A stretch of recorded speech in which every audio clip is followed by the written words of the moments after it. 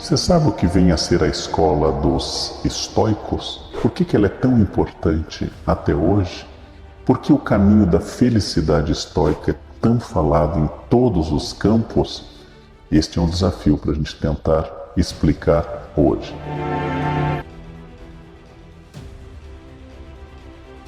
O estoicismo é uma filosofia de origem grega. Foi típica do chamado período helenístico, séculos IV, III e II a.C. Zenão de Cítio é um filósofo nascido na atual ilha do Chipre, e se considera que Zenão foi o primeiro dos estoicos. Zenão vinha da escola cínica, aquela que pregava o total desapego aos bens materiais, mas ele fez coisas diferentes. Ele dava aula em um lugar público, era um pórtico pintado. Daqui deriva o nome estoico, estoia, do pórtico pintado. Zenão começou a ensinar, tal como os cínicos, que a gente deve levar uma vida mais simples. Nós não devemos nos apegar às coisas materiais, e como tal, bastante próximo do que é o cinismo como escola. Mas Zenão foi além disso. Ele começou a falar de leis da natureza. Essas leis são inevitáveis. Por exemplo, a morte.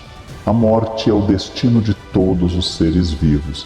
Se eu me preocupo em combater a morte, ter medo da morte, me apavorar com a morte, eu não vou conseguir deter em um minuto o fato de que eu irei morrer.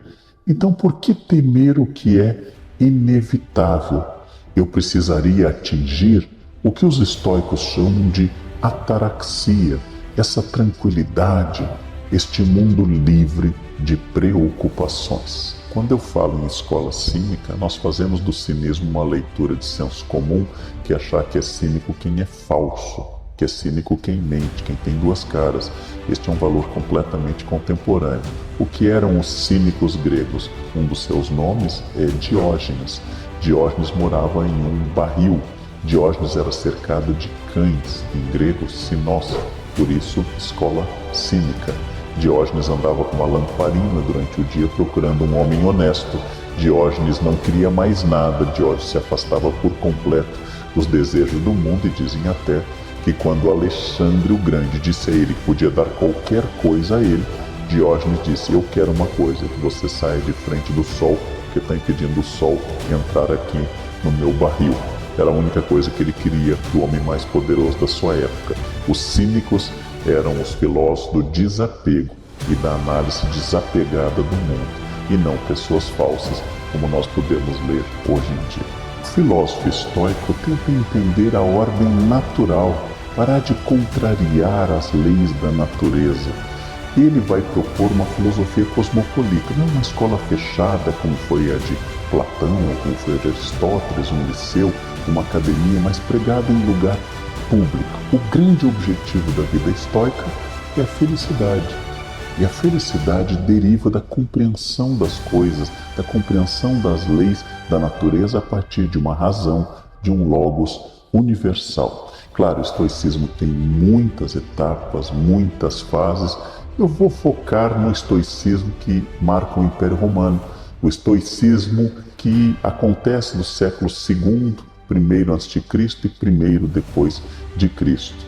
Tudo ao nosso redor, nós já vimos com Zenão, ocorre a partir de leis universais que devemos aceitar.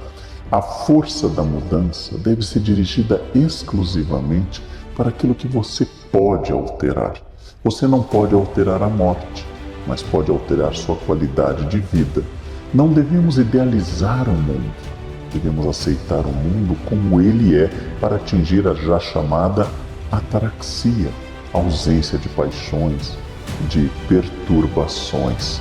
Os medos e os desejos, eles nos tiranizam, eles nos escravizam, inquietam. Nós devemos, de fato, evitar medos e desejos. Tudo que é externo ao ser é irrelevante. Eu devo trabalhar com a minha tranquilidade interna, a apateia. O estoicismo tem um princípio de resignação diante das coisas que o cristianismo gostou muito. Não é à toa que os cristãos antigos preservaram tantos textos estoicos, porque viram na sua leitura de estoicismo uma espécie de raiz do próprio cristianismo.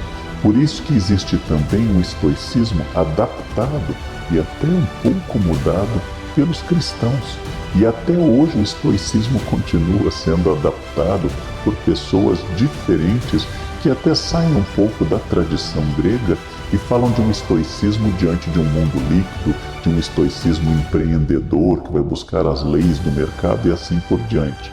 Mas eu estou aqui preocupado com o estoicismo, especialmente aquele que se difundiu na época do Império Romano entre pessoas que falavam grego, como Epicteto, ou falavam latim, como Sêneca e o imperador Marco Aurélio, ainda que Marco Aurélio tenha produzido a sua famosa obra Meditações na língua grega. Vamos pensar um pouco sobre o que estes autores, Epicteto, Sêneca e Marco Aurélio, disseram. O escravo de origem grega do século I da era cristã, Epicteto, disse que se você quiser ser livre, só há um caminho: o desprezo das coisas que não dependem de nós. Bastante claro e coerente com o estoicismo. Qualquer pessoa capaz de te irritar se torna teu mestre. Ele consegue te irritar somente porque você permitiu ser perturbado por aquela pessoa. É um homem sensato aquele que não lamenta pelo que não tem, mas apresenta uma grande alegria pelo que tem. Os homens, diz Epicteto, são movidos e perturbados, não pelas coisas, mas pelas opiniões que eles têm delas. Sou eu, segundo Epicteto, que emito a opinião e determino se aquilo vai ou não me perturbar. Em Sêneca, o famoso educador de Nero, toda crueldade surge da fraqueza. Toda crueldade apresentada por alguém é algum tipo de fraqueza. Quem se entrega a medos vazios de Sêneca, olha que coisa interessante, acaba ganhando medos reais. E um homem, diz o professor de Nero, é tão miserável quanto ele imagina que seja. Essas ideias têm em comum a raiz do estoicismo, mas cada um deu um toque diferente e importante para esta caracterização de um estoicismo que a gente chama de imperial, ou seja, dentro do Império Romano. O imperador romano Marco Aurélio, que morreu em 180, produziu um livro muito famoso do estoicismo, que é Meditações.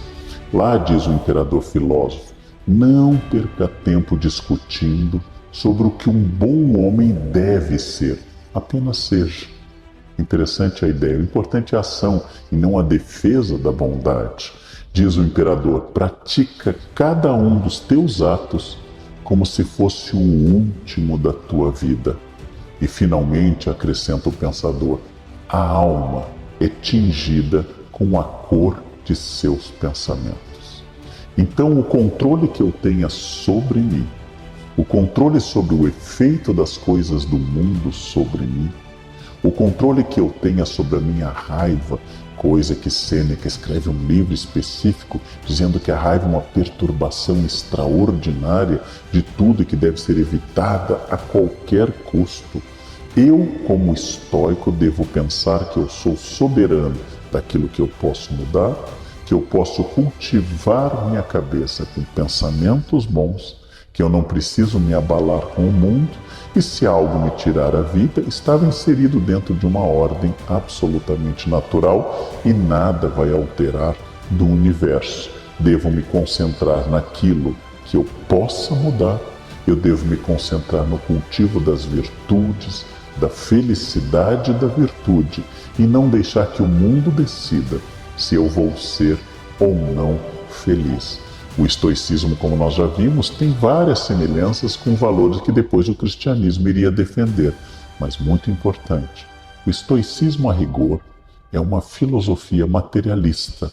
Ele não pressupõe um Deus criador que nos ame e dirija tudo, como o cristianismo vai imaginar. O estoicismo pressupõe regras de um universo material, e entender tais regras e aceitar que há coisas que eu não posso mudar e outras que eu posso me concentrar basicamente aquilo que diz respeito a mim mesmo, vai diferenciar muito o estoicismo de qualquer etapa do cristianismo posterior.